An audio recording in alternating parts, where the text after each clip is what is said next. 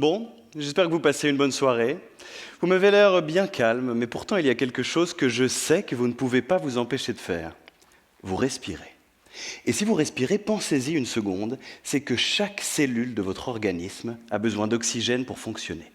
Et cet oxygène, c'est votre sang qu'il transporte à tout votre corps. Lorsqu'un organe est transplanté, il est prélevé du corps du donneur et transporté jusqu'au receveur. Et durant ce laps de temps, eh bien, le sang ne coule plus dans l'organe et il manque d'oxygène. C'est ce qu'on appelle l'ischémie. Les cellules sont alors forcées de retenir leur souffle et tentent d'économiser leur énergie, mais au bout d'un certain temps, même les plus apnéistes d'entre elles finissent par mourir. Vous voyez, on part sur des sujets sympas. Les cellules, vous l'aurez compris, mesdames et messieurs, plus l'on attend longtemps avant de transplanter un organe, plus les cellules vont souffrir. Et lorsque les cellules souffrent, elles appellent au secours en envoyant des signaux de détresse. Mais lorsque l'organe arrive à destination, les problèmes ne font en fait que commencer. Les globules blancs, qui sont un peu les policiers de notre corps, qui patrouillent dans le sang du receveur, reconnaissent ces signaux de détresse. Et ça les rend complètement fous. Au lieu d'aider ces cellules qui avaient peut-être déjà assez souffert comme ça, eh bien ils se mettent à attaquer l'organe.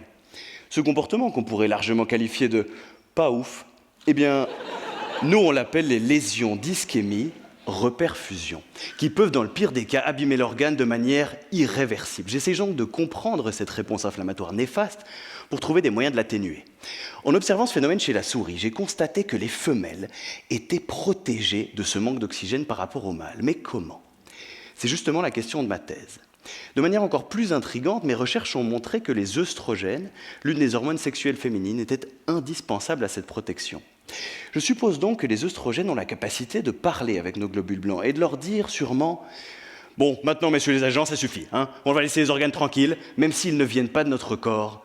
Ils sont là pour nous aider, je vous le jure. » Probablement qu'ils ne communiquent pas en ces termes, mais j'essaye justement de connaître exactement les mots qui sont utilisés dans cette communication cellulaire.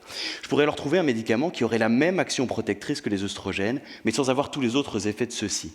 Cela permettrait alors de réduire les rejets de greffe et d'utiliser davantage d'organes, même si ceux-ci ont été privés d'oxygène pendant un temps prolongé.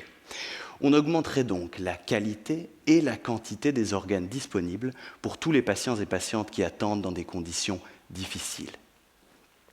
Et oui, parce que vous voyez, mesdames et messieurs, cette histoire d'œstrogènes et de globules blancs, c'est encore un exemple que, lorsqu'il est question de tolérance, qu'on soit un humain ou une cellule, eh bien tout est une question de savoir bien communiquer les uns avec les autres.